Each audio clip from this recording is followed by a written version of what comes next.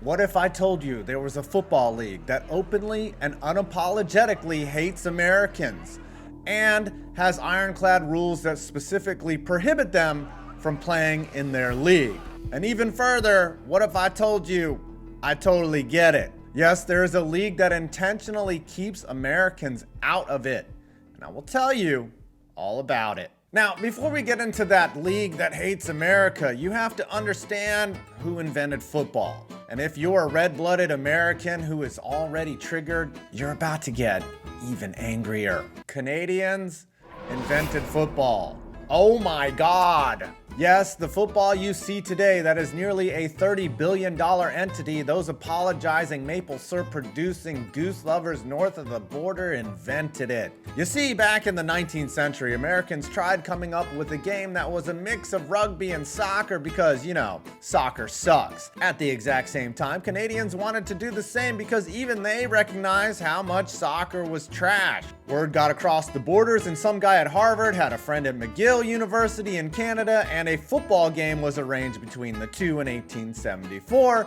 in Cambridge, Massachusetts. When the Canadians showed up, they started warming up playing a completely different game than what those Harvard douchebags thought was football. They could carry the ball and they tackled the fuck out of each other and they scored touchdowns. The Americans liked the Canadian version so much they adopted their rule set, and from then on, the two sports evolved and changed into what they are today. Football with weird scoring, and also football with weird scoring, with a little bit of kicking, but not much foot and a lot of balls. Anywho, the first Grey Cup was played for in 1909, and Canadian football has been played professionally since the early 1900s in Canada. It wasn't until 1958 that the CFL, Canadian Football League, as we know it today, was formed after the merger of various pro leagues and associations. Now that we have enough context, I will tell you why the CFL hates America. But before I get into that, here's a quick word from our sponsor. Here's the rule. The CFL openly bans Americans from playing in their league, and they have been doing it since 1936. No, why would they want to do such a thing?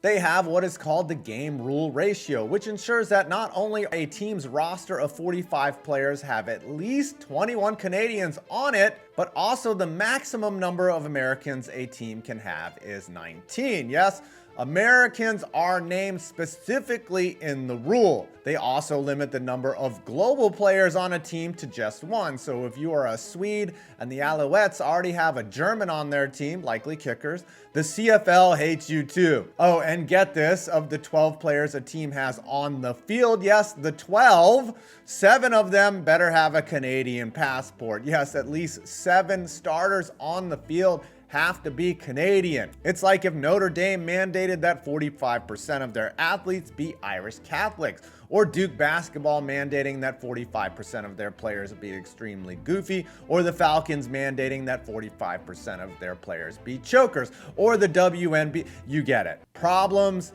that the rule creates. Aside from the seemingly discriminatory basis for the rule, and I will address that later, it does create roster management problems. The rule even goes beyond the quotas I laid out earlier, as in 2023 it was revised to include 6 specific roster designations. Nationals, meaning Canadians, Americans; globals, designated Americans, designated nationalized Americans, and designated nationals.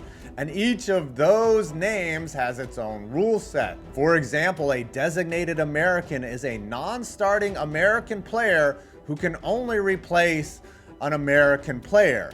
Nationalized Americans are defined as having played with their current team for 3 straight years, or at least 5 years in the CFL. Kind of like adopted Canadians, except they probably still spell color without a U. These Americans can replace a designated Canadian for up to 23 snaps as long as they weren't in the starting lineup. This makes things confusing, as no matter how good an American player is, if a team's roster construction doesn't fit the rules, he will have to spend time on the bench.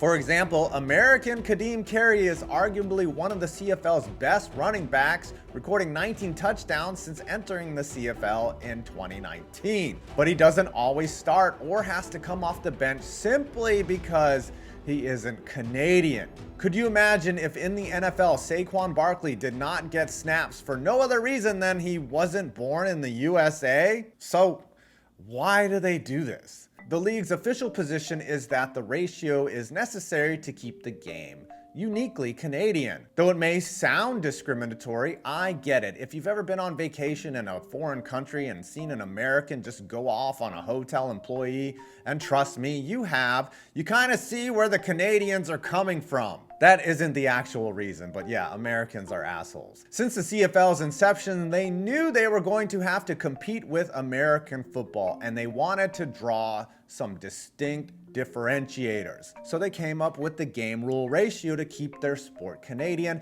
and give Canadians the opportunity to play professional football. Because not everyone in Canada likes hockey. Overall, there simply are more Americans who play football, and many of them could be playing snaps in the CFL, and some of them do, but without the rule, Americans would likely flood the league in the same way Canadians used to dominate the NHL. It took the NHL a long time to develop American talent, and the league suffered in the USA for an extended period because there weren't many American hockey players to look up to.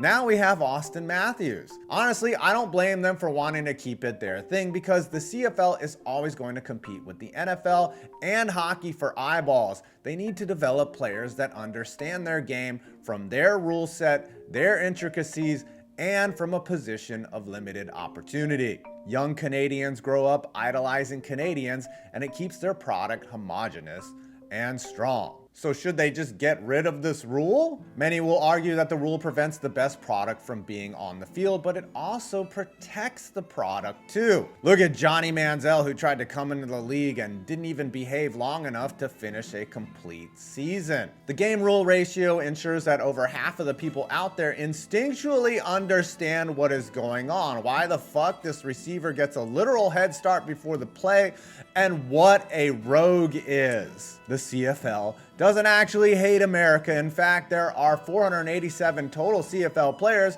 226 of them are Canadian, 245 are American, and 15 are globals. And one is a phantom, I guess. So even with the rule in place, Americans still outnumber Canadians in the CFL. I want to be clear, the rule isn't about excluding Americans or excluding others. It's about keeping it Canadian. And to be honest, I'm not hating.